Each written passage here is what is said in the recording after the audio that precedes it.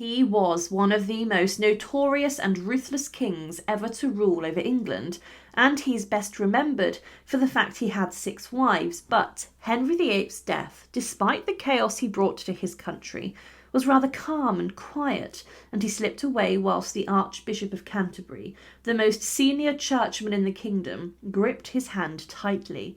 It was described as an angelic departure. But let's remember the beast that King Henry VIII truly was. He was a man who had 2 of his wives executed by sword and axe, and was someone who brought huge amounts of turbulence to the kingdom. But in the centuries after his death, his burial vault has been opened many times, and what has been found was shocking. In this video, we look at some of the dark secrets of Henry VIII's remains and coffin, and many things that people have never known about before. One of the biggest legends about the death of King Henry VIII is the fact there was a rumour that his body may have exploded and his coffin may have even splintered and cracked. Now, it was not uncommon for bodies to have some form of expulsion and explosion after death. Henry VIII was embalmed, meaning that his heart and other vital organs were cut out of his body, and this was done in an attempt to try and preserve his remains. Now, when the body was transported to his funeral, it rested inside of an abbey overnight, giving the horses and riders a chance to rest for the evening before it got to Windsor Castle and St George's Chapel. Now, probably due to the motion of the funeral cortege on the cobbled streets and not suitable roads, the gases in the body of Henry VIII, which had been wrapped in a cerecloth, may have actually escaped and caused the body to explode somewhat when it came to rest. The old rumour also adds that a pack of dogs may have licked at the exploding matter, which leaked from his coffin. Now, there could be some form of truth in the cracked coffin and explosion myth, as when Henry VIII's burial vault has been opened in the centuries after, there has been significant damage found to his coffin, in particular at the top of the coffin where his head would be. Also, the burial vault which he was interred inside of, underneath the choir of St George's Chapel in Windsor, was never intended to be his final burial spot. He chose in his will to be buried alongside his 3rd wife, Jane Seymour, who died shortly after giving birth to Henry's son and successor, Edward VI. She had been buried in a special vault at the heart of the chapel, and there was enough room for Henry's coffin to be placed in. He is still buried inside of the vault today, but this was never supposed to be the final resting place.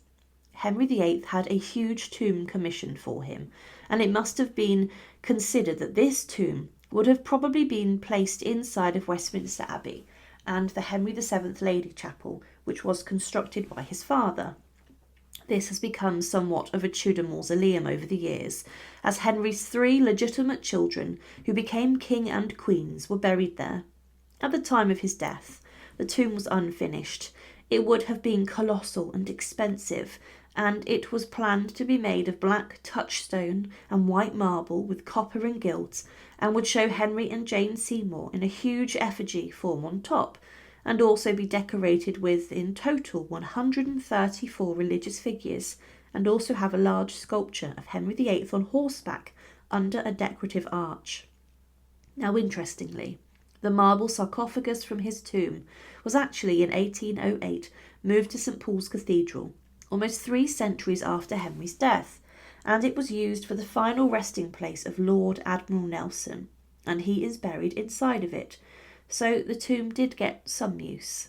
Now, let's get back to the burial vault itself. In the years and decades after Henry VIII's death, his coffin and resting place did get somehow lost. But when it was rediscovered, there was a lot of furore about it, and this led to a foot soldier who worked inside of Windsor Castle becoming a little bit too inquisitive. Whilst working inside of the chapel, the soldier made his way into the burial vault, and he then approached Henry VIII's coffin. As mentioned, it was damaged, and it was said at the time that the coffin had a hole and an opening near to the head.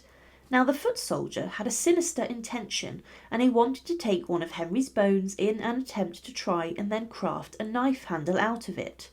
Now, he did actually reach into the coffin through an opening that he cut, and he did take one of the king's bones, but this thief was then discovered, and the bone was returned to Henry's coffin. But the coffin was now damaged beyond repair. The coffin being so damaged has never been repaired also, and there is no written documentary evidence saying this has taken place. There's never been any attempt by any monarch to change the coffin of Henry VIII to try and preserve the remains better. And with this we must consider the body of Henry VIII is in a skeletal form. The trestle which the coffin was placed on was damaged too and had collapsed, meaning the wooden coffin was then on the floor. Now, when the coffin was opened, the lead coffin was peered into, and it was in such a poor state, and one documented account said that it was beaten in by violence, meaning it looked as if the coffin was battered and broken, and this indicates that the explosion mentioned earlier may have actually happened. The remains on display showed the skull of Henry VIII, and there was allegedly some hair on the chin of this, meaning that his beard had survived almost 300 years. Also found inside the coffin were the principal limb bones, as in the arms and legs. Now, one of the biggest secrets about King Henry VIII's royal vault is the fact he shares the vault with one of the worst kings ever to rule over England, King Charles I, who was the monarch who began the English Civil War and eventually lost his head upon the axe and block in London in front of his own people. So his supporters did not try to take his body and venerate it. The decision was made to bury Charles in secret, and the vault containing Henry VIII was selected for this. Under the cover of darkness, weeks after the execution, the vault was opened, and the executed king's coffin was placed inside of the vault next to King Henry VIII. Now, this did not go without an issue, as this was when Henry's coffin sustained some damage, as the coffin had been moved over to allow Charles I in. But centuries later, in the 19th century, the coffin of the executed king was searched for, and it was found and then opened in the presence of the future King George IV. In 1813, the coffin of Charles was then opened. It was said of this that these were an internal wooden coffin, very much decayed, and the body carefully wrapped up in cerecloth, into the folds of which a quantity of unctuous or greasy matter mixed with resin, as it seemed, had been melted, so as to exclude as effectively as possible the external air. The coffin was full, and greatly difficult was experienced in detaching it, the cloth, from the parts which it eloped. At length the whole face was disengaged from its covering. The forehead and temples had lost little or nothing of their muscular substance. The cartilage of the nose was gone, but the left eye, in the first moment of exposure, was open and full, though it vanished immediately. And the pointed beard, so characteristic of King Charles, was perfect. The shape of the face was a long oval. Many of the teeth remained, and the left ear was found entire. So what happened was that the coffin of Charles I had been opened.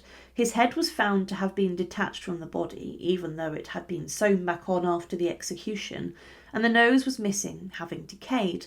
But as the head was exposed to the air, the left eye decayed instantly and disappeared. But the investigators had found their executed king, even if they did cause irreparable damage to the corpse of him and the coffin of Henry VIII. But one of the biggest secrets is actually the location of the burial vault, because there is no grand monument, just a simple black marble slab outlining who is buried there. Many thousands of people each year pass over the burial vault when visiting St. George's Chapel, and they don't realise that one of history's most brutal kings, the six-wifed king, is buried beneath their feet. Thank you for watching, and to support our channel, please make sure to subscribe. And once again, thank you so much for watching.